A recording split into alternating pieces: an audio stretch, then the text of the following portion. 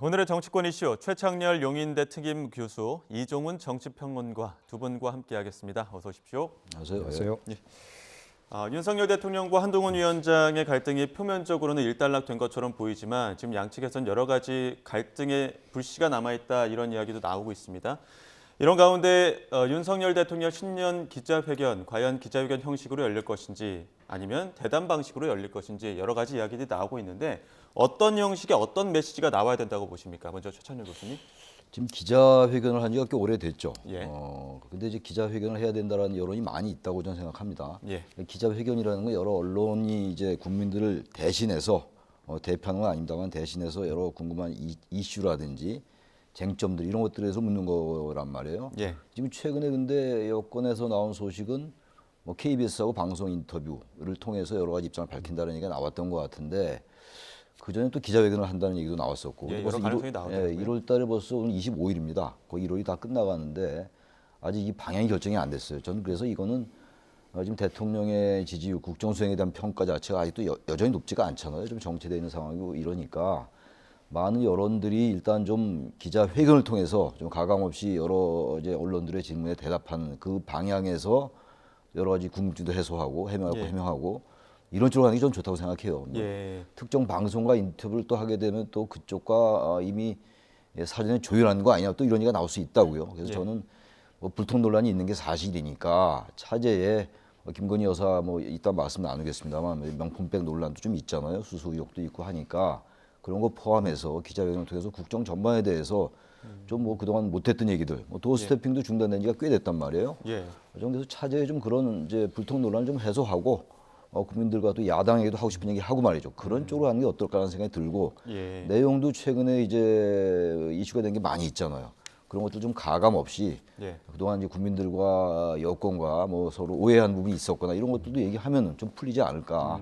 그래서 좀 방법과 내용에 있어서 보다 좀 전향적인 그런 형태로 갔으면 좋겠다는 생각을 합니다. 그 마리티엔 정기 여론조사 결과에서도 유권자 10명 가운데 7명이 윤석열 대통령이 직접 김건희 여사 관련된 어떤 유감 표명이든 문제들에 대해서 언급이 필요하다 이런 여론이 나오고 있거든요. 신년 기자회견 혹은 신년 특정 방송사와 대담이든 간에 어떤 형식으로든 이런 메시지가 나와야 된다고 보십니까? 그렇죠. 뭐 당연히 이제 뭐 예를 들어서 완전히 이제 이렇게 공개한 상태에서 미리 사전에 뭐 질문 같은 거, 대답 같은 거 다 이렇게 짜고 치는 게 아니고 자유롭게 지금 기자들에게 질문하라고 한다면 예. 기자들 질문이 어디에 많이 모아질까요? 당연히 김 여사 관련한 질문들이 많이 쏟아질 겁니다. 그거는 기자들이 개인적으로 관심이 있어서 그 질문을 하는 게 아니고 국민들이 그 문제에 대해서 관심을 갖기 때문에 기자들이 대신 질문하는 거란 말이에요. 예. 이제 그렇게 본다면 사실은 이제 그에 대해서 이제 답을 해야 되는 그런 그 의무가 대통령에게는 있는 겁니다. 뭐 윤 대통령도 그렇고 뭐 국민의힘 쪽에서 계속 이제 국민 강조를 하고 있는데 더욱더 그렇다라고 한다면 국민의 뜻에 맞게 이제 이 대응을 해 나가는 게 맞다.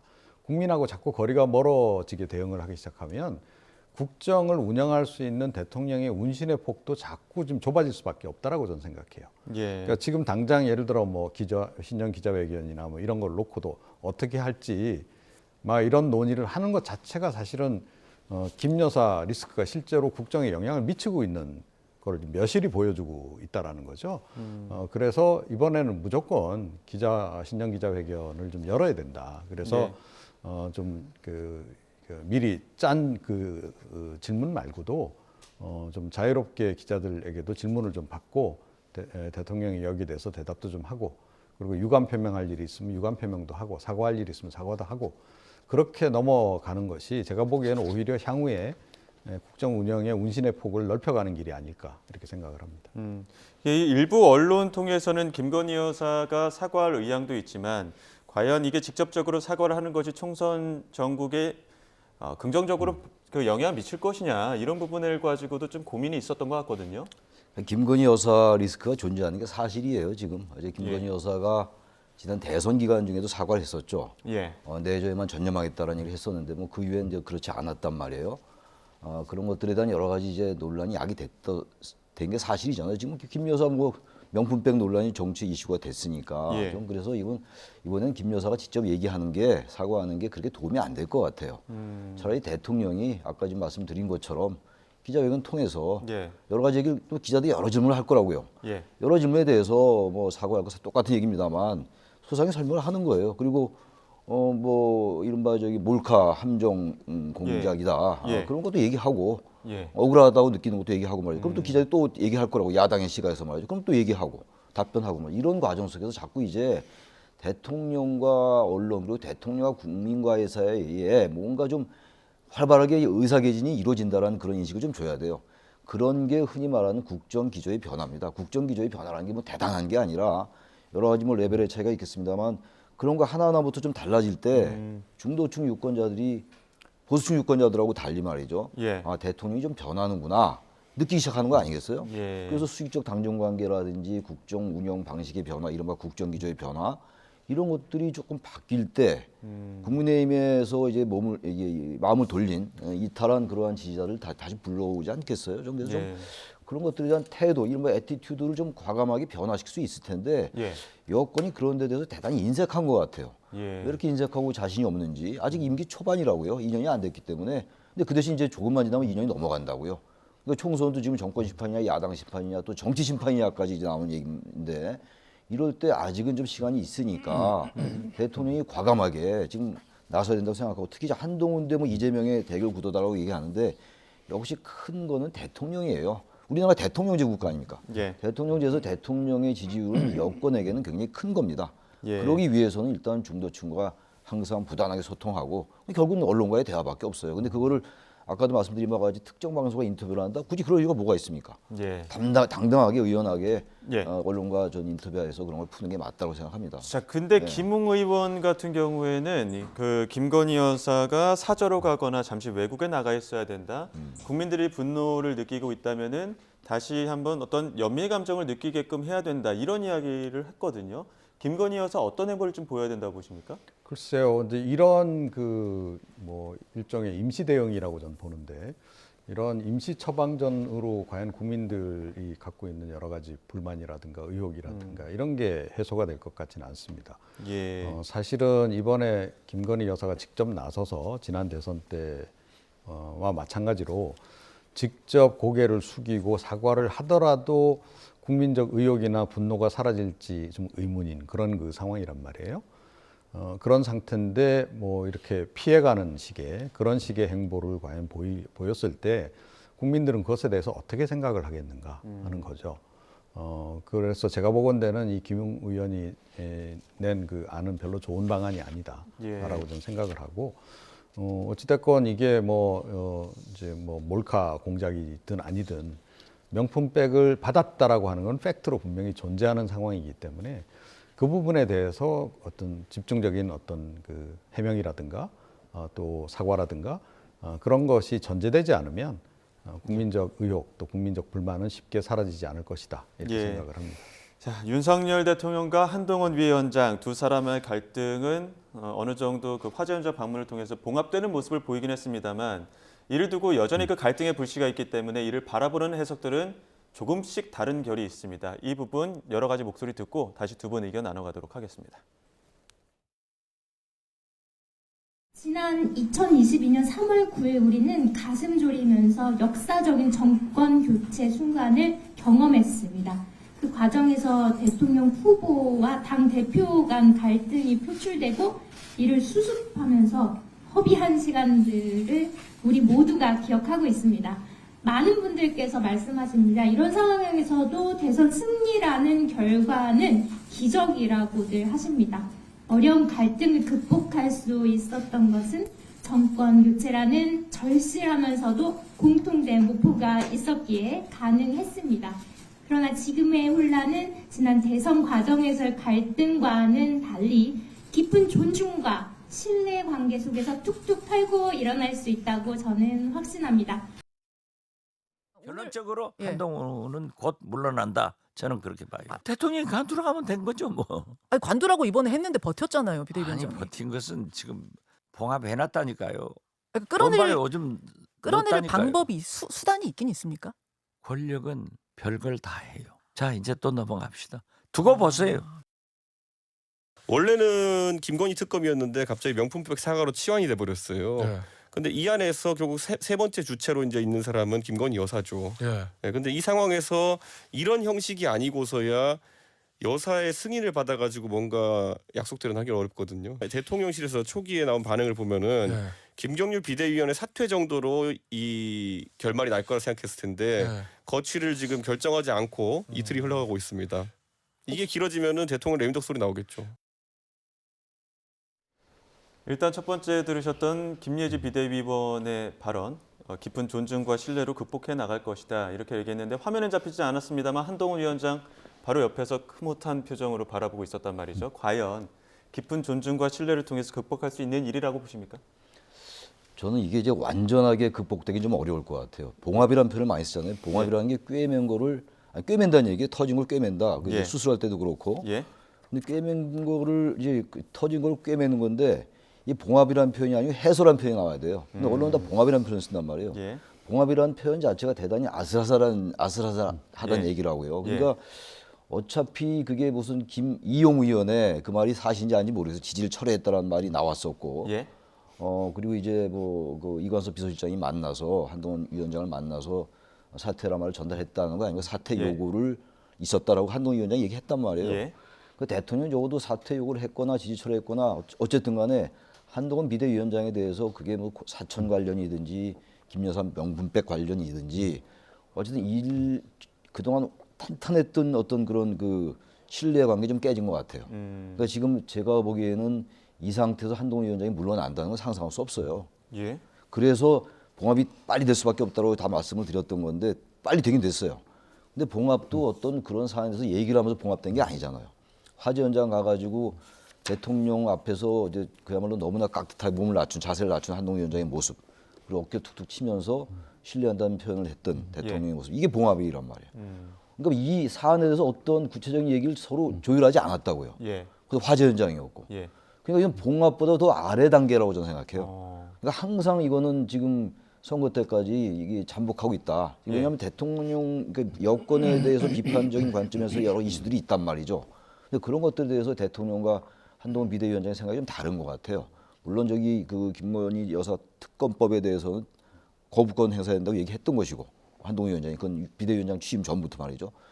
근데 이태원 참사 특별법에 대해서도 뭐 아직은 생각이 비슷한데 과연 중도층의 인식을 대표할 수 있는 거냐. 그래서 제가 계속 얘기하는 게 아마 제가 그 얘기를 제일 많이 하는 것 같은데 현재 당정 관계가 어쨌든 변하고 있구나 보여줘야 돼요 중도층한테. 예. 그리고 국정 운영의 방식도 바뀌고 있구나를.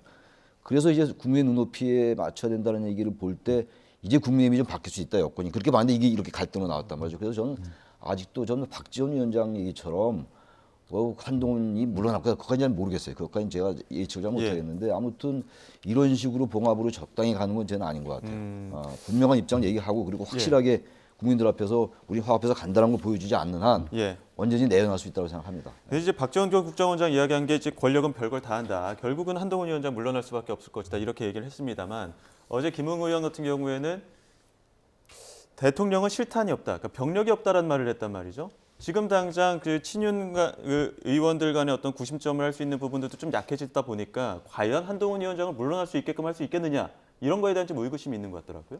글쎄요, 저는 뭐 이 처음부터 이 약속 대련으로 좀 봤기 때문에 약속 대련으로 봤죠. 처음부터. 제가 보기에는 지금 2차 약속 대련에 벌써 접어든 상황이 아닌가 그렇게 생각을 해요. 그러니까 이제 지난번에 그 1차 약속 대련은 한동훈 비대위원장이 서천에 내려가서 예. 윤석열 대통령에게 90도 각도로 인사하는 것으로 이제 1차 정리가 됐다. 예. 자, 그럼 이제 2차 약속 대련은 그럼 어떤 식으로 전개가 될 것인가 하는 거죠. 이 국면에서 한동훈 비대위원장의 힘을 완벽하게 빼도 안 돼요. 그러니까 한동훈 비대위원장 어찌됐건 이제 비대위원장 임명되고 나서 적어도 보수 진영 내에서는 완전 약간 열풍이 불었단 말이에요. 한동훈 열풍이. 그죠? 예. 그래서 한동훈 비대위의 힘이 실리면서 뭔가 좀 바뀌는 것 같다. 예. 예. 그런 기대감도 막 고조가 되고 예. 한동훈 비대위원장의 뭐 차기 대권 주자로서의 지지율도 막 오르고 이재명 대표하고 거의 뭐 맞먹는 수준으로 뭐 이렇게 버금가는 수준으로 막 나오고 이제 그랬다는 거죠. 그런데 이번에 이제 일을 통해서 결국 한동훈 위원장이 이제 꼬리 내린 격이 돼버린 거예요. 그 사진 한 장으로 저는 그렇게 생각합니다. 자, 이렇게 되면 누가 한동훈 비대위원장의 말을 향후에 듣겠어요. 특히 보수 지지층 내에서도 한동훈 비대위원장에 대해서 기대했던 사람들도 이거 뭐 결국은 윤석열 대통령이 다 뒤에서 하는 거네. 이렇게 되면 그때부터는 이제 한동훈 비대위원장에 대한 신비감도 사라지고 신선감도 사라져 버리는 거예요. 그래서 지지율이 이제 떨어질 수도 있는 겁니다. 그런데 그 상황은 윤석열 대통령도 바라는 상황은 아니다라는 거죠. 계속 그렇게 떨어지면 한동훈 비대위를 이제 해체하고 또 다른 비대위를 또 내세워야 되는 그런 국면으로 가는데 또 다른 비대위를 내세운다 그랬을 때 그때 누굴 내세울 거냐 하는 거예요. 한동훈 위원장 말고 또 다른 대안이 있겠는가 하는 겁니다. 이제 그 점을 이제 생각을 하게 되면 어찌 됐건 한동훈 비대위원장의 힘은 좀 살려놔야 될 필요성이 있는 거죠. 자, 그래서 한동훈 위원장하고 김경률 비대위원은 살짝 지금 이제 약간 몸을 낮추는 그런 모습을 지금 보이면서 대통령실도 추가 압박은 하지 않는 이런 선에서의 2차 대련이 이미 시작이 된 거다. 저는 좀 그렇게 보고 있습니다. 그러니까 서로 이제 이종훈 평론가님 말씀대로라면 서로 약속 대련이고 서로에게 어느 정도의 적당한 타격을 줄 만큼만 하고 있고 그 이상은 가지 않고 있다 이렇게 좀 보시는 거고 그만큼의 어떤 약속 대련으로 2차를 가겠다 이렇게 보시는 건데 근데 이번에 한동훈 위원장이 90도로 인사를 하긴 했습니다만 지금 당내에서 보면은 어떻게 보면 친윤 세력들의 90점이 좀 떨어지고 또 언급하는 이야기들이 좀 조용한 분위기가 있고 그 외에 뭐 김경률 비대위원이나 장동혁 사무총장의 목소리가 좀 커지고 있다 이런 뭐 당내 이야기들을 보도하는 언론들도 있거든요. 여기에 대해서 어떻게 보십니까? 저는 이번에 나타난 그 상황을 저는 약속 대련으로 보고 있지는 않아요. 약속 대련이라는 거는 한동훈 위원장이 조금 이제 과거에 그 여권에서 나오지 않은 얘기를 하고 그 전에 사전에 대통령실과 조율을 해서 이 정도 발언하겠다. 뭐 대통령에 대해서 차별화를 한다라기보다도 그래서 좀 이제 전향적인 발언을 하고 진전된 발언을 하면은 이게 대통령실에서 양해하는 쪽으로 그게 약속 대련이거든요. 근데 이번엔 그런 상황은 좀 아닌 것 같아요. 그리고 특히 그 서천 화재 현장에서 그 모습은 전 썩 그렇게 외관상 좋지 않아 보였어요. 인사하는 모습. 인사하는 모습보다 전체적으로 언론의 보도에 의하면 뭐 미리 와서 기다리고 눈을 막고 기다렸다 뭐 그건 언론의 표현입니다만 15분 동안 눈 막고 기다리고 그리고 두 손 모으고 이제 대통령이 뒤에 있었고 아까도 보니까 툭 대통령이 치고 그러는데 개인적으로 그럴 수 있어요. 한동훈 위원장과 대통령과의 관계라는 게 있으니까 사적 관계가. 근데 이건 대통령과 집권 여당의 대표격인 사람의 관계입니다. 근데 그걸 그렇게 90도로 절을 하고 그 모습은요 수직적 당정 관계 강화로 비춰요. 그러니까 그 전에 했던 국민적 눈높이가 완전히 들어간 겁니다. 그렇게 되면요 지금 왜 그럼 한동훈 위원장을 법무장관에서 사퇴하고 왜 투입을 했어요? 국민의힘이 그리고 여권이 이번 선거가 어렵다는 판단이 있기 때문에 긴급 투입한 거 아닙니까? 구원투수로. 그럼 뭔가 달라야 되는데 90도로 절하고 그럼 대통령과 한 위원장의 관계는 그야말로 수직적, 서열적, 위계적 관계라는 게 드러난 거 아닙니까? 근데 그걸 또 앞으로 2차 대련을 그렇게 약속을 한다? 국민들이 바보가 아니에요. 지금 우리는 특히 국민의힘 말이죠. 우리가 아니라 국민의힘은 중도층 그리고 일반 국민 일반의 보편적인 인식을 끌어올리는 길이에요. 국민의힘 쪽으로. 근데 그런 식으로 약속 대련하고 그렇게 조율하고 그렇게 한다? 그건 절대로 지금 이게 선거가 많이 남았으면 가능해요. 그래서 저는요 이 여건이 어떤 대책을 세울지 모르지만 전공법으로 가야 돼요. 전공법으로. 그리고 어쨌든 국정 운영의 방식이 바뀌고 있구나를 보여줘야 됩니다. 그러려면은 지금 여러 가지 이슈들이 있었잖아요. 지금 다 잠복했지만 그런 것들에 대해서 얘기하고 그걸 한동훈 위원장 입으로 얘기해야 돼요. 그 대통령실이 거기에 대해서 특별히 문제 삼지 않고 그 당무에 개입하는 모습을 보여주지 않고 이러면 되는 거예요.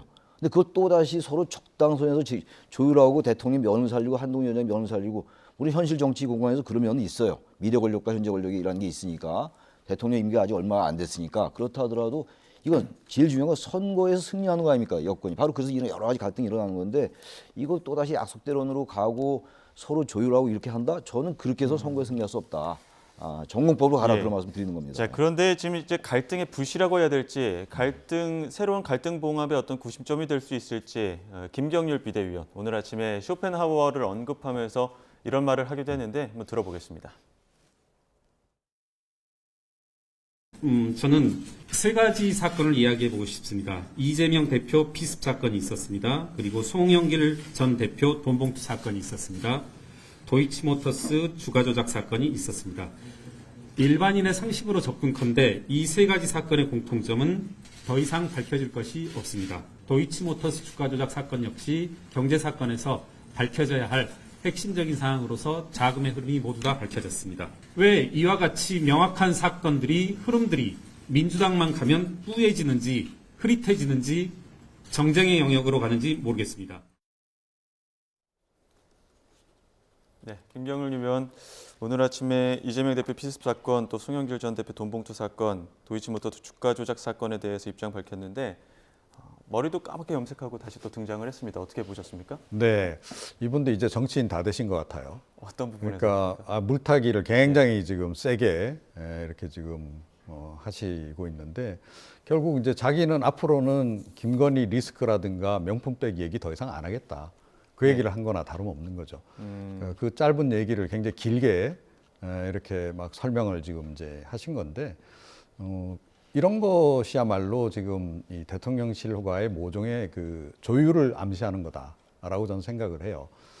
제 생각으로는, 제 추정으로는 아마 요즘에 대통령실의 그 정무 라인이 굉장히 바쁘지 않을까 이렇게 좀 생각을 합니다. 그래서 대통령실의 이제 의견, 특히 대통령의 의견도 수렴해야 되고 또 그와 동시에 이제 이 한동훈 비대위원장을 비롯한 비대위원회하고의 소통이라든가 여기에 아마 상당히 바쁠 것이다라고 생각이 들고 최근에 나오는 그 김경률 비대위원회 지금 오늘 지금 조금 전에 들은 그 발언이라든가 또 한동훈 비대위원장 스스로의 어떤 반응이라든가 이런 건 상당히 조율된 상태에서 나오는 것이다. 그러지 않고서는 도대체 이건 일반적인 상식으로는 이해할 수 없는 그런 행보를 보이고 있다 고 생각합니다. 저 이야기는 어떻습니까? 항상 명랑하게 살고 싶은 욕심을 가지고 있는 사람이다. 여러분도 같이 명랑했으면 좋겠다 이런 이야기 했는데 명랑한 사람은 불행한 일을 겪어도 쉽게 화를 내거나 좌절하지 않는다 이렇게 또 언급을 했단 말이죠. 본인이 어떤 상황을 빗댔다라고 봐야 될까요? 김경률 비대위원이 몸을 낮추는 거예요 지금. 김경률 비대위원의 거치 얘기가 계속 있고 또 김경률 비대위원이 사퇴해야 된다는 얘기가 계속 있는 상황이잖아요. 만약 사퇴를 하게 된다면 한동훈 위원장이 면이 많이 깎여요. 그렇게 된다면 한동훈 비대위 자체가 존재감이 떨어진다고요. 그렇다고 이제 대통령실에서는 김경률 비대위원을 영 지금 안 좋게 보고 있는 건데 부정적으로 보고 있는 게 사실인 것 같은데 그래서 그 부분을 좀 뭔가 좀 해소하기 위해서 이런 얘기를 하지 않았나. 이재명 피습 사건이나 송영길 전 대표 돈봉투 사건에 대해서는 맞는 것 같은데 여권 인사가 마냥 야당의 시각으로 얘기할 수는 없어요. 아무리 비판적으로 얘기한다 하더라도 그럼 뭐 굳이 여당 비대위원 할 필요가 없죠. 그러나 단지 이제 중도층 관점에서 또 상당히 부정적 여론이 높은 이슈들이 있잖아요. 그게 이른바 주가 조작 의혹 사건이에요. 물론 문재인 정부 때 수사를 다 했습니다만 그런 부분들에 대해서는 이제 그런 국민적 시각이 있다고 얘기할 수 있어야 되는 건데 이제 그걸 이제 같이 이재명 피습 사건과 송영길 돈봉투 사건과 같이 얘기했다는 거는 저거는 제가 아까 그 한동훈 위원장이 몸을 잔뜩 낮췄다고 그랬잖아요. 마찬가지입니다. 이게 이렇게 되면은 이게 조율이 된 건지 아닌지 모르겠어요. 약간의 대통령실의 그 이제 의식을 하는 건데 요 정도까지는 괜찮다고 봐요. 요 정도에 갈 수 있죠, 이 비대위원이. 근데 여기서 더 나아가서 완전히 이제 과거 김기현 체제처럼 똑같은 얘기를 한다. 그러면 아무 설령 조율이 됐다 하더라도 그런 조율은 의미가 없다. 결국은 선거에서 이겨야 되는 건데 완전히 짜고 치고 옛날에 그 김기현 체제에서 아무런 비판적이 못했던 비대위와 똑같은 모양으로 간다면 한동훈이 옛날에 한동훈이 원래 기대했던 한동훈이 아닌 거죠. 그건 과거에 김기현 체제 때 인사와 같은 것이 되기 때문에 그 의미가 없다고 생각합니다. 그 조율이 되고 안 되고 중요한 건 아니다. 자, 민주당 이야기 해보겠습니다. 이 장면에서는 아마 조율되지 않은 좀 순수한 장면이 나와서 이재명 대표가 어제 김포의 군부대 어린이집을 찾기도 했는데 어린이들의 어떤 천진난만한 모습에 웃음바다가 되기도 했습니다. 그 모습 잠깐 보고 오시죠.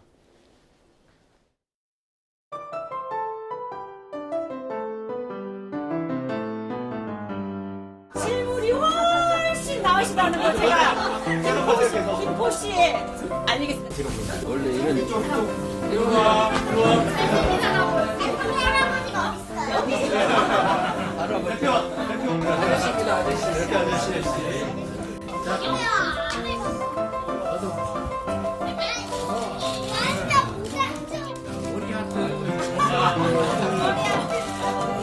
얘들아 할아버지 사랑해 시작. 교정해 주세요. 할아버지 아닙니다. 이재명 아저씨. 이재명 아저씨 시작. 이재명 아저씨 사랑해요.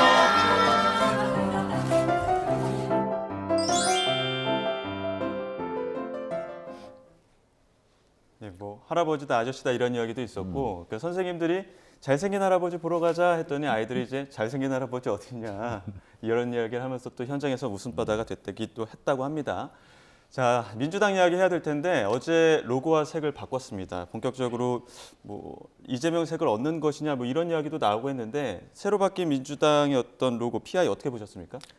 전 민주당이 이제 요즘은 이제 이재명 대표의 그 이른바 사법 리스크가 많이 이제 잦아들었죠. 뭐 예. 기소된 사건이 재판 사건이 몇 개 있는데 워낙 다른 이슈가 많으니까. 그런데 지금 저는 민주당을 제가 아는 과거의 민주당 계열의 정당들이 많이 있잖아요. 그 민주당은 좀 아무래도 좀 다른 것 같아요. 느낌이 자꾸. 예.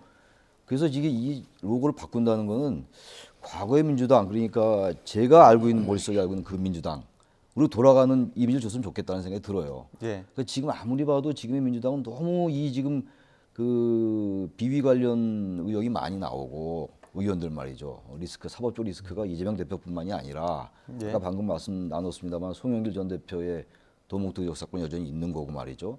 그래서 저 이제 로고를 바꿨는데 의미가 있겠죠. 근데 저 로고를 바꾸고 이제 모양을 바꾸면서 과거에 정말로 일반 중도 진보적인 유권자들이 바라봤던 그 민주당으로 갔으면 좀 좋겠어요. 그럴 때 저게 의미가 있는 것이고 예. 바꾸고 뭐 PI 바꾸고 이제 파티 아이덴티피케이션 이거 바꾼다 해서 행태가 똑같은 의미가 없어요. 전 바꾸는 것 자체를 의미를 뭐 폄하하고 싶지는 않습니다. 뭔가 새롭게 변하고자 하는 의지의 표현이니까 그 자체로 의미가 있는 건데 실질적으로 행동이 바뀌어야죠. 그래서 민주당이 정말 과거 민주화 투쟁을 했던 정말 그런 당당한 민주당 그런 민주당이 된다면 저런 PI의 변화는 의미가 있다라고 생각합니다. 예, 저 PI 다시 한번 띄워주시면 그러니까 지금 원래 이전에 어떤 로고를 보게 되면 이 파란색이 많습니다. 저 파란색이 이제 당시에 문재인 전 대통령, 문재인 대표 있을 때 당시에 이니블루라고 불려서 파란색이 많은 문재인 당시 대표를 상징하는 그 파란색이 좀 많았었다 이런 이야기가 있고요. 이번에 바뀐 로고를 보게 되면은 더불어라는 글자가 굉장히 줄고 또 민주당이라는 글자가 상당히 커지고요. 거기에 이재명 대표의 어떤 뭐 개인 색깔, 퍼스널 컬러 이런 것들이 좀 많이 강조가 됐다 이런 이야기도 나오고 있는데 여기에 대한 해석들은 어떻게 바라보고 계십니까? 네, 뭐 정치적 의미를 이제 부여를 한다면 이제 그 문재인의 민주당에서 이재명의 민주당으로 완전히 탈바꿈하는 거다. 그건 이제 새의 관점에서 말씀드리면 이제 그 친문계의 시대가 가고 친명계의 시대가 왔다. 그걸 의미하는 거라고 저는 생각을 하고요. 예. 뭐 지금 내부 공천 관련해서 잡음이 많기도 하지만 친명 공천은 뭐 그대로 관철될 것임을 이제 시사하는 예. 중요한 그런 상징적 사건이기도 하다라고 저는 생각을 합니다. 짧게 한 가지만 더 여쭙겠습니다. 지금 선거제 논의가 굉장히 지금 다시 한번 여러 가지 갈래로 좀 나오는 것 같습니다. 애초에 뭐 병립형으로 갈 것이냐, 연동형으로 갈 것이냐, 연동형 유지를 할 것이냐였는데 지금 다시 또 병립형으로 다시 돌아갈 것이다 이런 이야기도 나오고 있거든요. 선거제 어떻게 좀 마무리될 걸로 보십니까? 병립형으로 되돌아갈 가능성도 좀 있는 거 아닌가 이렇게 생각이 들어요. 그러니까 지금 현재 상황은 어떠냐 하면 병립형으로 되돌아가면 과거로 되돌아갔다라고 비판을 받을 것이고 예. 연동형을 이제 그대로 유지하면 또 비례위성 정당 만드는 거 아니냐. 라는 것 그런 의혹이 쉽게 가시질 않고 실제로 비례위성 정당 만들었다 그러면 또 국민적 지탄을 좀 받아야 되고 이런 상황에서 어차피 욕을 먹을 바에는 그냥 그 실속을 차리는 게 낫다. 그래서 병립형으로 회귀할 가능성도 좀 굉장히 높아지고 있는데 예. 여기에 한 가지 변수로 작동하고 있는 게 뭐냐면 최근에 이제 비례위성 정당 지금 외곽에서 지금 이제 자기들끼리 움직여서 민주당에 이제 우리랑 비례위성 정당 만들자라고 좀 요구를 하고 있는 세력이 있잖아요. 거기에 이제 조국 뭐 전 장관이 만드는 당도 합류한다 그러고 송영길 전 대표가 만든 당도 이제 합류한다고 하고 이러니까 이거 사실은 이제 그 이재명 대표 입장에서는 오히려 굉장히 거북스러울 뿐만 아니라 민주당의 총선 승리 전략에도 별로 보탬이 안 된다라는 생각을 하는 거죠. 예. 그래서 그 그림이 원하는 그림이 아니어서 병립형으로 회귀할 가능성이 이 최근 며칠 사이에 상당히 높아진 게 아닌가 이렇게 생각합니다. 예. 그 삼지대 어떤 움직임도 있어서 이를 의식한 것도 있다. 그래서 정청래 의원 같은 경우에는 총선은 자선 사업이 아니다. 이런 이야기까지 하더라고요. 그 비례연합정당 말씀인데 비례연합정당은 그건 민주당한테 도움이 안 될 겁니다 아마. 중도층 유권자들이 이제 아주 그건 부정적으로 볼 거예요. 말이 비례연합정당이 뭐 사회민주당, 우리나라의 사회민주당이 뭐 독일도 아니고 삼인당도 아니고 말이죠. 예. 그런 정당들하고 같이 뭐 비례연합정당 만든다는 보도가 있었어요. 예. 근데 어쨌든 간에 제가 봐도 병립형 공산이 커요.